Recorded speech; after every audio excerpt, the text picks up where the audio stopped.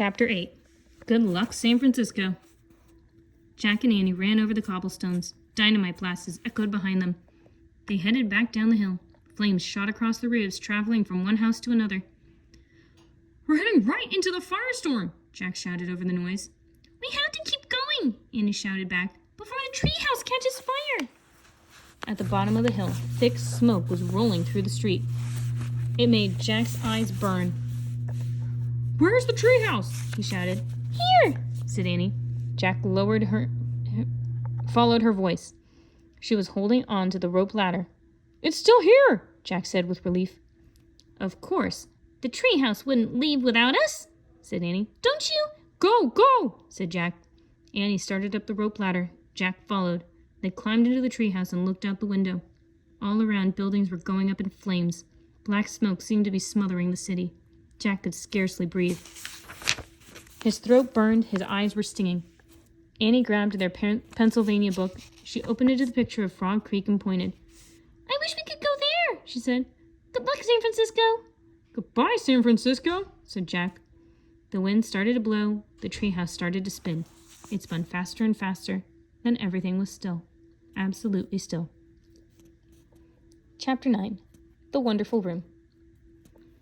The songs of early morning birds filled the woods. Jack opened his eyes and sighed. They were back in Frog Creek. He could breathe again. His eyes didn't sting anymore. He was wearing his own clothes, even his sneakers. "I wonder what happened to everyone?" Annie asked anxiously. "Andrew, Peter, and their aunt, and Betty, and Fred, and all the other people." Jack pulled out their research book. He turned to the last chapter and read aloud. "After the earthquake fires were put out, people from all over the world sent help to San Francisco. The brave citizens of the city never gave up hope.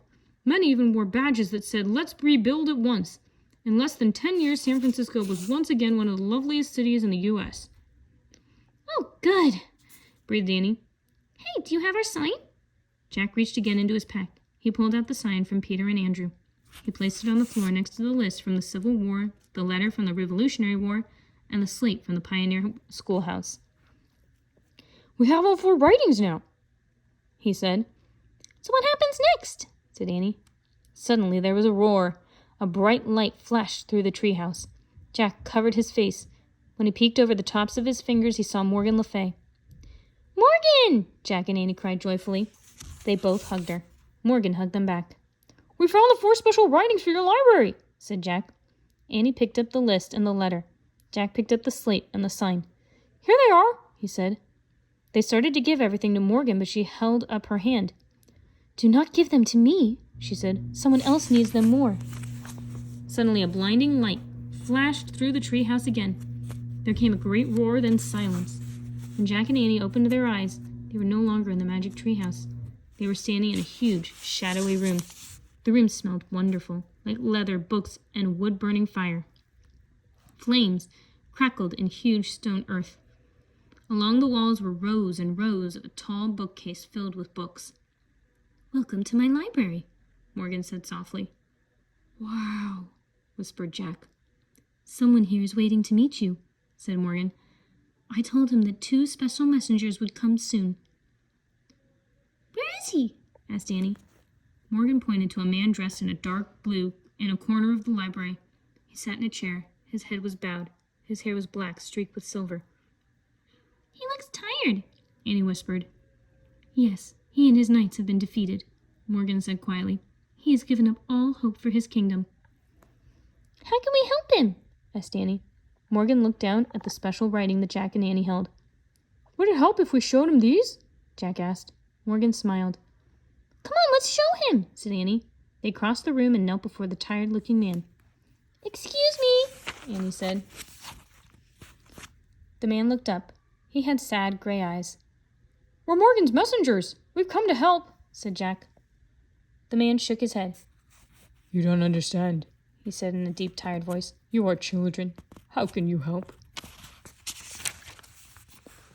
"Sometimes children can help a lot," said Annie. "Jack and I have helped a general, and we helped wounded soldiers." "We helped people caught in an earthquake and a twister," Jack added. The man straightened up a little. "That is brave," he said. "We want to share how we did it," said Annie. She held up the list from the Civil War. "This tells you how to help the wounded people. She held up the letter from the Revolutionary War. "And this tells you that even when things look their worst, you shouldn't give up," she said. Jack held up the slate from the Pioneer Schoolhouse. "This says, if at first you don't succeed, try again," he said. Then Jack held up the piece of wood from the San Francisco earthquake. "And this says that when you've lost everything, you can still have hope," he said. The man studied the 4 special writings, then he looked at Jack and Annie with piercing gray eyes. "You're both very kind to try to find all these items and bring them to me," he said. "Are you magic?" "Oh, no," said Annie. "Morgan is magic. We're just ordinary kids." The man smiled. He seemed less sad and weary now. "I am just an ordinary king," he said softly. "I suppose if 2 ordinary kids can find courage and hope, then another ordinary king can find it too." This man slowly stood up. "I will go now and speak to my knights," he said. "I will share the wisdom you have brought me." He wrapped his cape around him. He bowed to Jack and Annie. "Thank you," he said. Then he strode bravely out of Morgan's library. "Yes, thank you," said Morgan, walking over to Jack and Annie. "You're welcome," they said. "These are for your library," said Jack. He and Annie gave Morgan the 4 special writings. Morgan smiled. "Their wisdom will help many readers who come here," she said. "Great," said Annie. "It's time for you to go home now," said Morgan. Jack looked around Morgan's library. He hated to leave. It was the most wonderful room he'd ever seen. "Don't worry, you can come back," said Morgan, reading his mind. "You must come back, for you both have helped save Camelot. Goodbye for now." Before Jack and Annie could speak, there was another blinding flash. Then they were home again in the treehouse in Frog Creek in the early morning. Chapter 10. The Mystery of Morgan's Library. "I can't believe we took a trip to Morgan's library," said Annie. Jack smiled and nodded. "It was incredible, wasn't it?" said Annie. "Yeah," said Jack. A strong breeze gusted through the treehouse window. It blew open their research book about San Francisco. Annie reached for the book.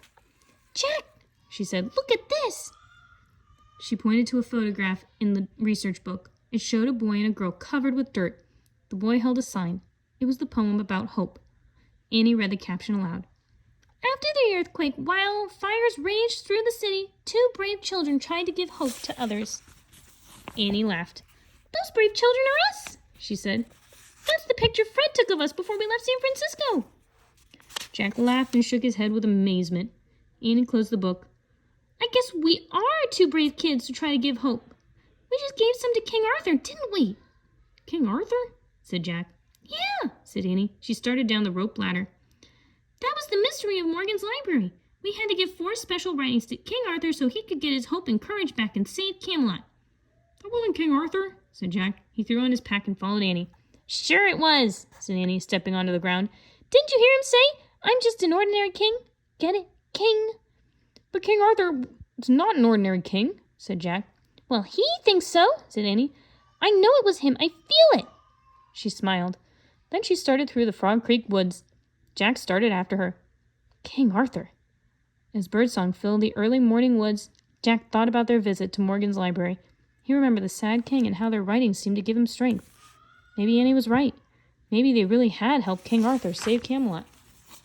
And maybe someday they could go back. "Hurry, Jack," Annie called, "before Mom and Dad wake up." "Coming," Jack shouted, and he took off after her, running for home. Finally. More facts about earthquakes. An earthquake is caused by a sudden shifting of the rocky plates that make up the Earth's surface. When the plates pull apart, push together, or slide past one another, the movement causes shock waves.